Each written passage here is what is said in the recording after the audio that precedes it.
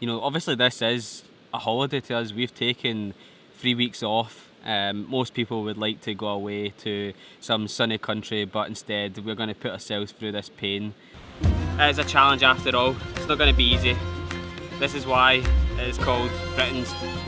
What is it called? They're absolutely everywhere.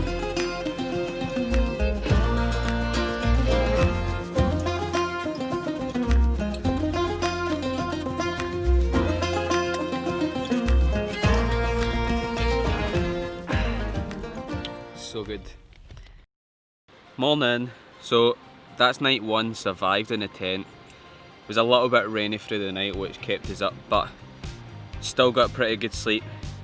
Midges are still hitting force. We're just going to pack away our stuff, get some breakfast, and then we're setting off. What's up guys, it's Eddie Fitz, and today we're on day 2 of the Cape Wrath Trail. Woke up feeling pretty fresh, had breakfast, packed everything away, and we're setting off just after 8:30, so it's taken us a little bit of time to get ourselves sorted for the day. But we've got an early morning wake up call. We're heading up here. You can see the path sort of leads through there, so gonna head up there into the clouds, and then after that we're then over to Glenfinnan. Highly doubt we'll catch the train, but we'll maybe even catch a little ScotRail one on that first ascent. This is where it starts to become a test of the bag and the strength in your legs. But we're halfway up. I'm a little bit out of breath. Nah, I'm quite a bit out of breath, let's not lie. But we're nearly over the top, so hopefully the views will be good at the other side. It's always crazy when you look back and you see how far you've come. We camped somewhere around about here, and at that point it was nice path, and I wasn't too sure if I should start with my gaiters, but then put the gaiters on, and it's been really worthwhile so far. We've got quite a bit of bog in places, so it's really good just to have the gaiters on. Obviously I've only got one pair of trousers, so I would rather keep them as clean as possible rather than getting them absolute mess in the second day.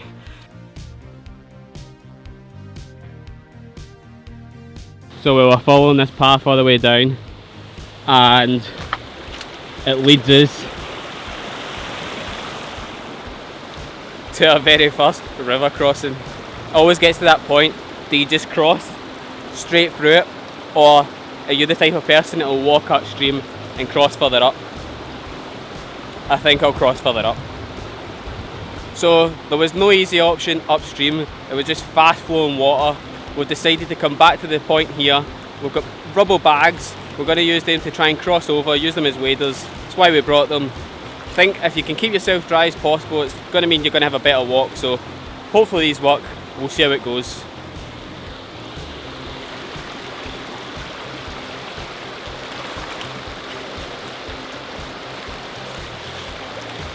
I mean, so far so good. It looks like Robocop, but just means that you're not getting absolute saturated through the water. That might have looked silly, we might have looked like Robocop, but it definitely worked. My feet are still dry, which is really good. Now to continue on, probably another river crossing. Don't know how many river crossings there's going to be, so we'll probably just get like bored of this and just like march straight through it. But in day 2, you know, if you can keep your gear dry, then that's better. That's us reached Glenfinnan Visitor Centre. Definitely worth a stop for the toilets and for this. I've been waiting all day for this.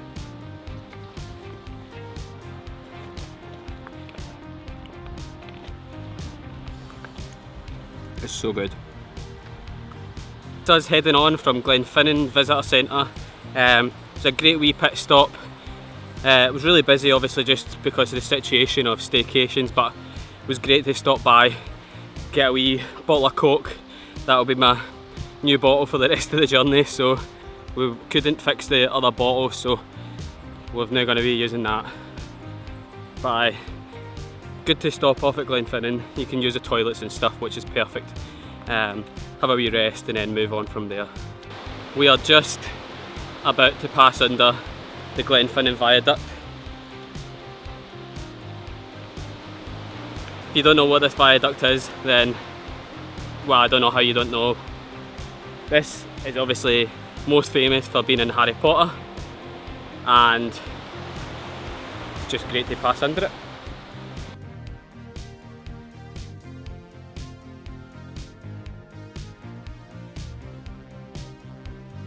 Ended up crossing over the bridge thinking that we were to go across the water and up, but instead you keep the river to your right, walk under the bridge, and then you sort of follow the track all the way up with the river to your right, and then you get to the Bothy.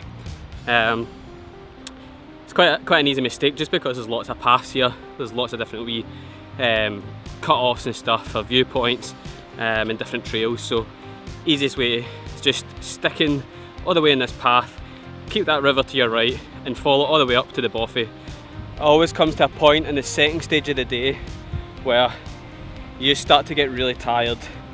Everything catches up in you, get sore legs, you can feel the pains, but you know that you just got a little bit extra to go, so pushing through. We've got quite an up here before we can stop. Be able to see sort of up ahead.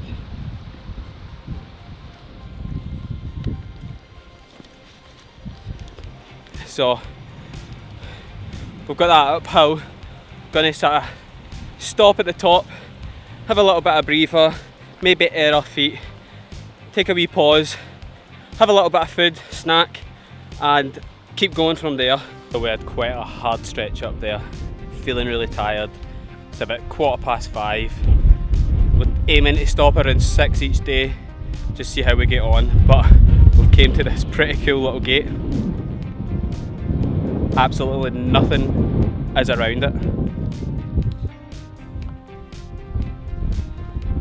Please close the gate.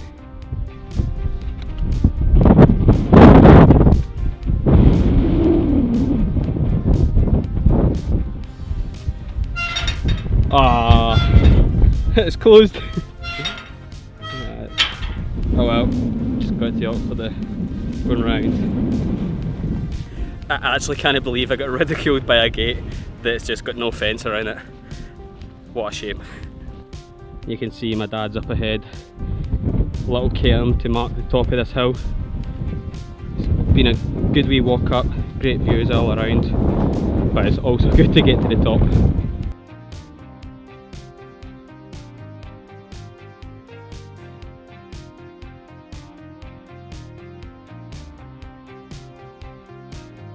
We've found a perfect wee camp spot right next to the river, so it's time to get our first Cape Wrath wash. Cape Wrath wash sounds better.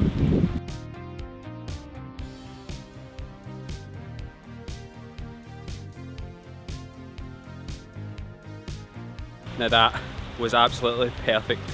It was so good on the feet, that just going in, cold water, it was so good. Thumbs up.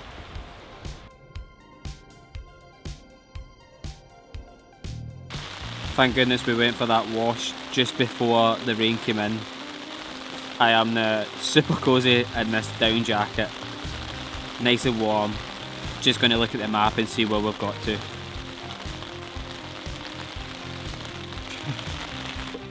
This is where we started today. We then had that first descent further up here.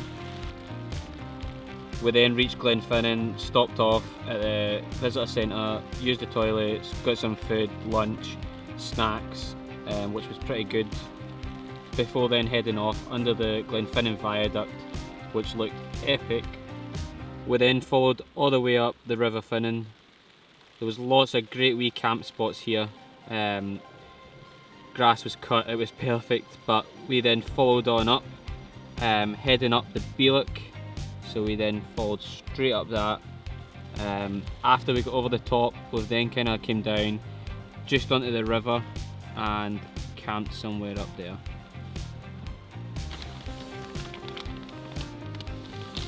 Can you be quiet?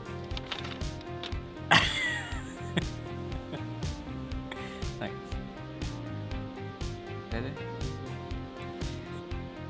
So during the walk, we were talking about the fact that, you know, it's day 2, our legs were sore, we're actually like struggling at this point. You know, it was that second stage of the day where you're starting to get a bit tired, and we thought to ourselves, it's day 2, we've got so many more days to go.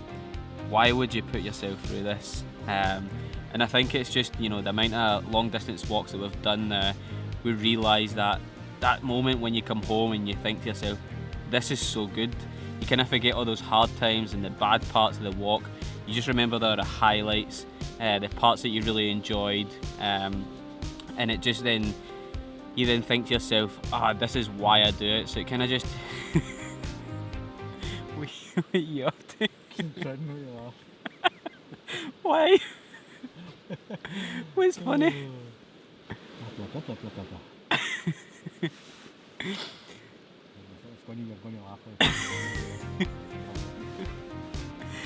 am I meant to say then?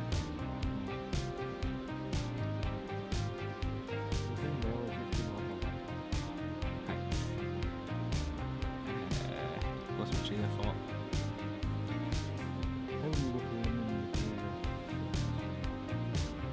So when you come home from these kind of walks, you then start to talk to everybody and tell everybody the highlights, the stories, the good parts. What do you do? I'm waiting at the wind up. Serious.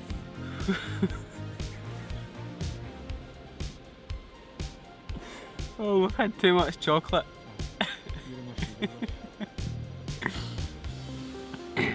So when you come back from these kind of walks and you start to tell everybody the highlights, the good bits, you know, obviously this is a holiday to us. We've taken 3 weeks off. Most people would like to go away to some sunny country, but instead we're going to put ourselves through this pain. But you don't really see it as pain when you go back from your walk. You see all the good parts and tell everybody all the good stories. The part when you walked under Glenfinnan, you know, hopefully we might get a sunset, don't know. It would be pretty good if we get it at Sandwood Bay. Currently we're just in the tent away from the rain, but we're going to switch off for day 2 and hopefully a little bit of better weather for day 3.